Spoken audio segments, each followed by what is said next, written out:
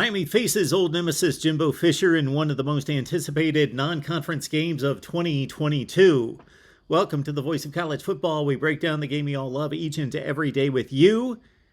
Best discussion, debate, and analysis because of your contribution and engagement. Please like the video, share the videos out on social media, subscribe right here, give me a call during our next call-in show. Let's size up Texas A&M hosting Miami. Of course, the Aggies coming off that disappointing, embarrassing loss against Appalachian State, 17-14. The Aggies offense inept in that one, totaling just 186 total yards. They only scored one touchdown.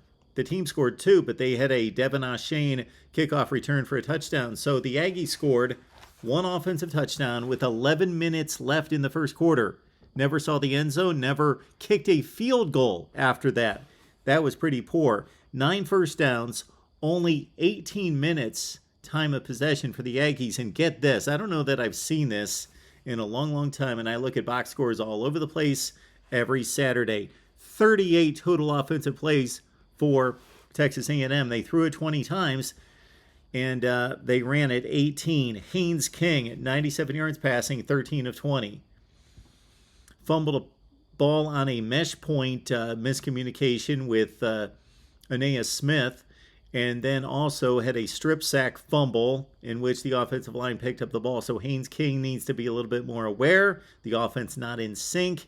He bounced some balls. He also threw a couple completed passes that were not well thrown, that did not allow the receiver to catch the ball and run for first downs, specifically on a fourth quarter, 3rd and 11 play, completed pass. Not a good pass, though. The receiver had to dive for the football and go behind him to catch the ball, so Texas A&M could not convert on that play. The one touchdown was basically because Haynes King broke contain. He's extremely fast. He broke contain and picked up like 45 yards on one play, and then Devin Ashane took it to the house. So 2 big running plays, and that was Texas A&M's offense for the entire day against Appalachian State. And Appalachian State defense that gave up 63 points the week before to North Carolina, of course.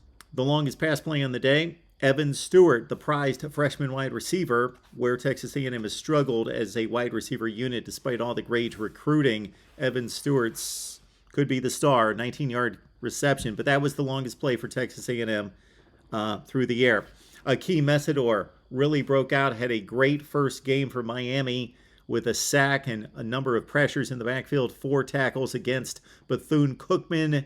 The transfer portal addition from West Virginia, though, held out of the Southern Miss game due to a lower body injury. We don't know if Mesidor is going to be back for Texas A&M. After Southern Miss scored a touchdown and took a 7-3 lead, Miami then the next 7 possessions on defense, 5 punts, interception, and fumble. So the Miami defense clamped down after that. Leonard Taylor, of course, was exceptional with a sack and 2 tackles for loss. Also, Corey Flagg gains much criticism, but he makes plays, and the defensive line doing their job. Funnel plays, of course, to Flagg at linebacker. 10 tackles this season already, and 3.5 tackles for loss. The Canes had 3 interceptions against Bethune-Cookman, and they really held down a Southern Miss ground attack, 24 attempts for 33 yards. That's only 1.5 yards per play on the ground.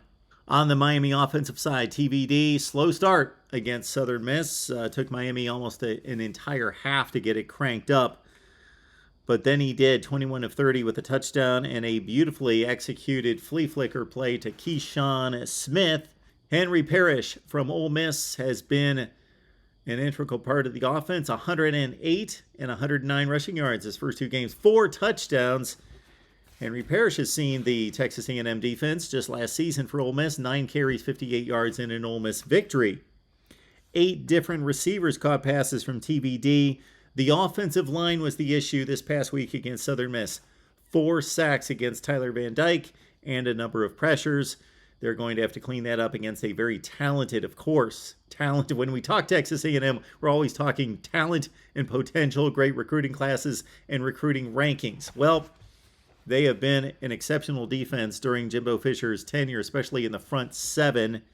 and they're extremely talented there, although they lost a ton of experience from last season. Shamar Turner, one of the very prized recruits in college football, notched his first big play for Texas A&M in Game 2 with his first sack of his career in college. Antonio Johnson, 13 tackles against App State. Damani Richardson is one of the very best safeties in the SEC. They only gave up 315 yards against App State. That was not the issue. It was the offense. But great defenses wreak havoc. They cause game-changing plays. And Texas A&M, despite not giving up much to App State, didn't force a fumble, didn't get an interception, and they only had one sack and no tackles for loss and gave up 9 of 20. That's 45%. That's too high on third down conversions. Miami last played Texas A&M in 2008 and also 2007. The Canes swept those two games against the Aggies. Of course, neither one of these clubs have been fared well against ranked teams.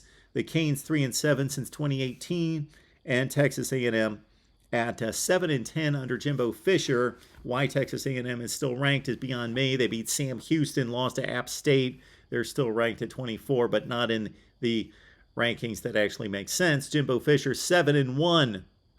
Lost his final game as Florida State coach against Miami in 2017. Before that, 7 consecutive wins.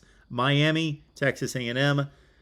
Late night affair at College Station, 9 p.m. Eastern Time. Canes and Aggies. Talk it up down below in the comment section right here on the Voice of College Football.